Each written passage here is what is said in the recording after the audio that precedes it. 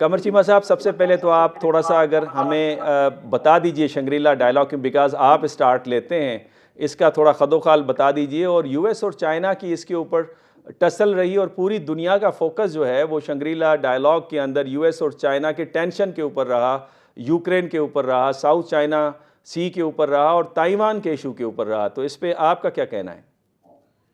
शुक्रिया डॉक्टर साहब। देखिए, पहली बात तो यह है कि जो शंग्रीला डायलॉग है ये एशिया की सबसे बड़ी सिक्योरिटी समिट होती है और इसमें बहुत सारी बातें हुई।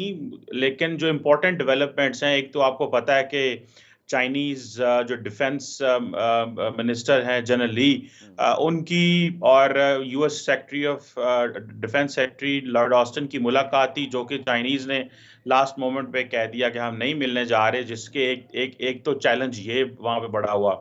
दूसरा, आपको पता है वहां पे ज्यादा ताइवान, जब से अमेरिका की जो कांग्रेस की स्पीकर थी नैन्सी पेलोसी, इससे पहले जो थी, वो गई ताइवान, तो हालात बदलने शुरू हो गए खित्ते में। पूरी डिस्कशन जो है वो ये हो रही है कि शायद चाइना कभी भी जो है वो ताइवान के ऊपर हमला कर दे। सारा वेस्टर्न मीडिया इसके ऊपर लगा हुआ है।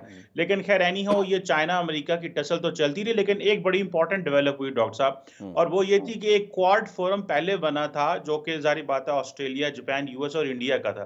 एक क्वाड फोरम इस दफा और बना जिसमें उन्होंने फिलीपाइंस को शामिल किया है। तो ये आप इमेजिन करें कि ये अमेरिका, दो चीजें हैं इसमें। एक तो अमेरिकन समझते हैं कि शायद हम इंडिया पे पूरा ट्रस्ट नहीं कर सकते, तो दूसरा वो और पार्टनर्स भी इस खित्ते में से चाहते हैं। सो ये जो एक और क्वाड्रिलेटरल फोरम बनना है, इसकी भी सिग्निफिकेंस काफी ज्यादा इन टर्म्स के, जो फिलिपाइन है वो बहुत सी अपनी मिलिट्री बेसिस दे सकता है, और इसका मतलब है फिलिपाइन ने साइड अपनी जो चुन ली। और इसी साल के आगाज में फिलिपाइन के प्रेसिडेंट भी अमेरिका गए हुए थे। एक और बड़ी डेवलपमेंट जो हुई वहां पे, वो नेटो जो है वो क्या एशिया में आ रही, ये भी बड़ा एक इम्पोर्टेंट क्वेश्चन था।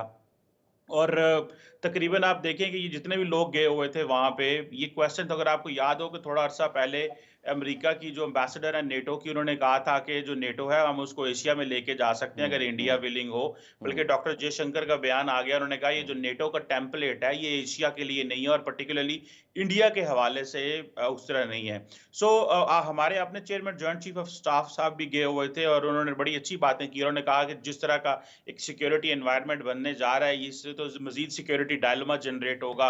एक मुल्क को अगर फेवरेबल एनवायरनमेंट दिया जाता है, मिलिट्री मॉडर्नाइजेशन होती है, तो फिर दूसरे ममालिक जो है वो इनसिक्योर फील करते हैं। तो ये जो सिक्योरिटी डायलमा है, इसको भी जेहन में रखना चाहिए। लेकिन सारी बात है, वेस्टर्न ममालिक उसको इतना नहीं देखते, और नॉर्थ कोरिया के हवाले से भी काफी वहां पे बात हुई। लेकिन लार्जली जो थी, एक नया क्वाड्रिलेटरल प्लेटफॉर्म बनना, अमेरिका और चाइना का कोई कंसेंसस ना होना, और चाइनीज का बार बार ये कहना कि बात तब हो सकती है जब म्यूचुअल रिस्पेक्ट होगी फंडामेंटल प्रिंसिपल्स के ऊपर। सो एक अजीब सी सिचुएशन वहां पे बनी, जिससे वो कहते हैं ना कि कंपटीशन है दोनों चाइना और लेकिन अमेरिका डॉक्टर का। डॉक्टर कमर साहब, दोनों ने टोन डाउन का तो इरादा किया और दोनों के अंदर ये कंसेंसस कम से कम आपको नजर आता है कि इंगेजमेंट रहनी चाहिए। और चाइनीज जो डिफेंस मिनिस्टर थे जनरल ली, उन्होंने भी कहा कि इंगेजमेंट के बगैर दुनिया के लिए एक बड़ा सीरियस डिजास्टर्स होगा, तो हमें एक दूसरे के साथ इंगेज करना चाहिए। तो आपको लगता है कि ये एक पॉजिटिव साइन है from the Chinese defence minister? देखिए, बेशक उन्होंने एंगेजमेंट की बात की, लेकिन मुलाकात तो नहीं हो सकी। जो मुलाकात प्रपोज थी, एक मुलाकात होगी ठीक चाइनीज है। एंड, और आपको पता है उसकी वजह यह है कि अमेरिका ने जनरल ली के ऊपर सैंक्शंस लगाई हुई हैं। सो इस वजह के ऊपर वो कहते हैं कि एक तरफ हम पे सैंक्शन भी लगाते हैं, हमसे मिलना भी चाहते हैं, तो बेसिकली चाइनीज ने अमेरिकन को स्नब किया वहां पे, कि और ये माहौल जो है उसको मजीद गर्म किया है उस खित्ते ठीक के है। अंदर। ठीक है।